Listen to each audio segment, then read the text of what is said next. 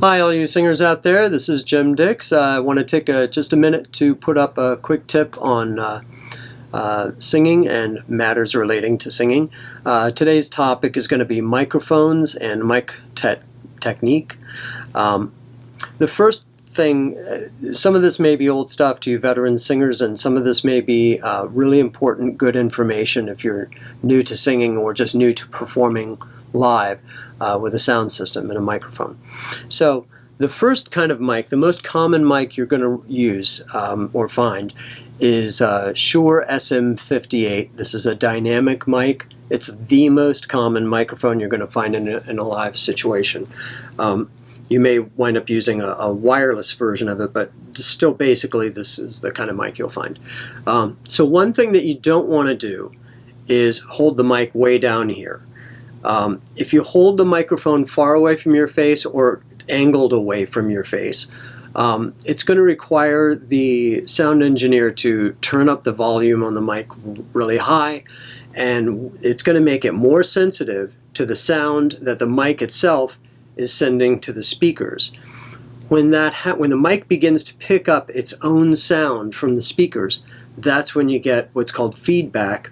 That's when you get the squealing that's very unpleasant for any listener. And it tends to make the singer or the person holding the mic seem maybe a little amateurish. So what you want to do is get nice and close to the microphone and have it aimed right at your face. That's going to give you a much punchier sound, and it's going to minimize any chance of feedback. You also don't want to get really close to a speaker for the same reason. If you can stay nice and far away from the speaker, that's great. One of the reasons monitors, or these floor speakers that aim up at you, they aim up because generally that's going to make the sound come at you from behind the mic. And microphones generally, there are some exceptions, but generally live performance microphones are going to reject sound that comes from behind them for the most part. So the more that you can stay off axis, as they say, so that your microphone is not pointing into the sound source, into the speaker, the better. So there are mic techniques, like if you want to do you want a note to fade out or something, you can pull away like this and the sound will fade. The microphone will pick up less and less of it. One thing that is common is that people overdo is, like, if they're going for a loud note, they'll pull away, and it's common to pull away a little bit maybe if you're going to hit a loud note, depending on the style. Some styles more than others. If you're doing like rock and roll, then you're probably going to stay right up on it and let that high note just kill everybody, but so to speak. But if you're in jazz, you may pull away a little bit. But one thing that sometimes happens is that people will go for a high note and they'll go ah, and pull it way out there, and nobody gets to hear that nice high note that they're hitting, because the microphone is, at this point, it's not picking up their voice really. Maybe a little bit, but it's not doing them justice. So be careful how much you work the microphone in terms of distance. All right, so I'm going to move on from the dynamic mic, which picks up pretty close to the source, by the way. It's not designed to pick up something from too far away, unless, well, I mean, that's what it's designed for. The sound person may have to turn the gain up, as I said, but generally speaking, no. All right, the next type of microphone, it looks very similar. This is a condenser mic. There are various types of condenser mics, but this is a condenser mic that you might see for live performance.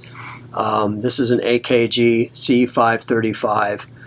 If you watch a Sting concert or a James Taylor concert or anybody that's on that level, it's very common to see these microphones. There are others, but this is a very common one on a high level. Now, condenser mics are great if they're used properly. They're very sensitive. So if you want a lot of detail in your sound, you want it just extremely sensitive and subtle, this is a great mic, but you have to be careful with it because it is designed to be super, super sensitive and also to pick up better from a distance. So you can hold it from way out here and still get a pretty good sound. It's still going to sound better if you're closer up on it, but if you're too close, you could start getting into problems. It's going to maybe exaggerate your plosives, like your B's and P's and things like that, in a way that's not really flattering. But it's just a delicious mic to use if you know how to use it, but you have to be careful. Again, you don't want to get feedback, and it's easier to get feedback with a condenser mic. So I'm going to move on from there. This mic here, I can't really pull it into view a little bit better. This is, you may see these in you'll almost certainly see these in recording studios, any recording studio you go into. This is what's called a large diaphragm condenser mic. It too is a condenser mic and designed to be extremely sensitive, extremely subtle, and to pick up well from more of a distance than the dynamic mic is.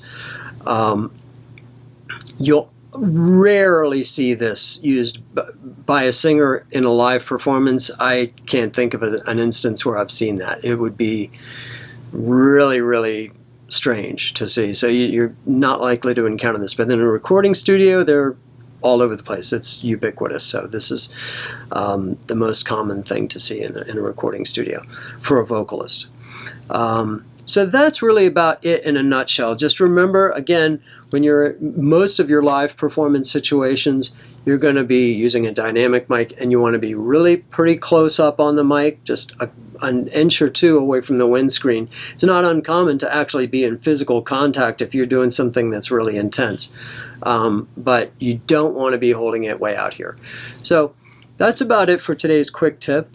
Again, I'm Jim Dix. If I can be helpful to you, or if you want, if you're looking for individual voice lessons in the Delray area, Delray Beach, Florida, please feel free to contact me. Just go to my website, jimdixvoicestudio.com, and I wish you well in all your singing life out there. Have a great day.